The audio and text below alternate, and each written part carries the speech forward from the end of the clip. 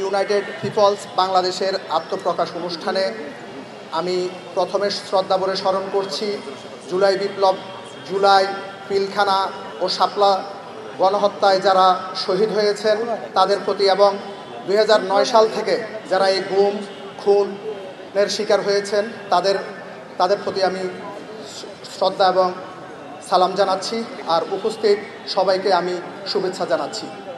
আমি পিলখানা হত্যাকাণ্ডে একমাত্র বাধাদানকারী শহীদ কেন্দ্রীয় সুবেদার মেজর নুরুল ইসলামের ছেলে। আপনারা জানেন, ডালবাতের একটা মিথ্যা ইস্যুকে সামনে এনে বিগত ফ্যাসিস্ট সরকার এদেশের সশস্ত্র বাহিনী সার্বভৌমত্ব এবং স্বাধীনতাকে ধ্বংস করার মধ্য দিয়ে ফ্যাসিজম কায়েমের সফল সূচনা শুরু করে। আপনারা দেখেছেন, ডালবাতের একটা মিথ্যা ইস্যুকে সামনে এনে মাত্র 2000 টাকার কমিশনের মিথ্যা গল্প বলে 25শে ফেব্রুয়ারিতে সেনাবাহিনীর অফিসারদেরকে মেরে ফেলে কিভাবে পুড়ে ফেলা হয়েছে, কিভাবে গণকবরে নিক্ষেপ করা হয়েছে, কিভাবে বায়োনেট দিয়ে লাশ ক্ষতবিক্ষত করা হয়েছে। আপনারা দেখেছেন আমাদের এই শহীদ পরিবারগুলার আবেগকে মিথ্যাচার করে বেগম জিয়াকে ওনার স্মৃতি বিজড়িত বাসা থেকে, সেনা সদর থেকে ওনাকে বের করে দিয়েছে।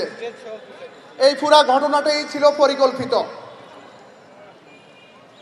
আপনারা জানেন, আমরা শহীদ পরিবারেরা আমরা বিচার চেয়ে আমরা ট্রাইব্যুনালে শেখ হাসিনা সহ মোট 58 জনের বিরুদ্ধে আমরা ট্রাইব্যুনালে অভিযোগ দায়ের করেছি। একটি স্বাধীন তদন্ত কমিশনও হয়েছে। আমরা আশাবাদী যে এই হত্যাকাণ্ডের বিচারের মধ্য দিয়ে এদেশে আওয়ামী লীগ নিষিদ্ধ হবে এবং আওয়ামী লীগের রাজনীতি এদেশে বন্ধ হবে। আপনারা জানেন, শাপলা চত্বরে সেদিন রাতে নির্বিচারে কিভাবে আলেমদেরকে হত্যা করা হয়েছে। এই দেশের মানুষ আমরা দেখেছি জুলাইয়ে এদেশের ছাত্র জনতাকে কিভাবে নির্বিচারে একটি দল কিভাবে হত্যা করেছে। আমি এই কথাটি বলবো, যে দল ক্ষমতায় থাকার জন্য নিজের দেশের সন্তানদের হত্যা করে রক্ত রঞ্জিত করে, সেই দলের এই দেশে রাজনীতি করার অধিকার থাকে না। আমরা এদেশে আওয়ামী লীগের রাজনীতির নিষিদ্ধ চাই। আওয়ামী লীগ যতগুলো হত্যা করেছে, গুম করেছে, খুন করেছে, সকল হত্যাকাণ্ডের আমরা বিচার চাই।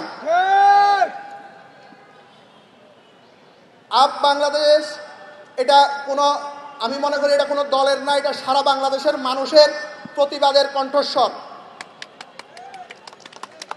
এটি সবসময় সকল অন্যায়ের বিরুদ্ধে জুলাইয়ের মতো করে, জুলাইয়ের স্পিরিট ধারণ করে প্রতিবাদ করে যাবে। এই আশাবাদ ব্যক্ত করে আমি আমার বক্তব্য শেষ করলাম। আসসালামু আলাইকুম।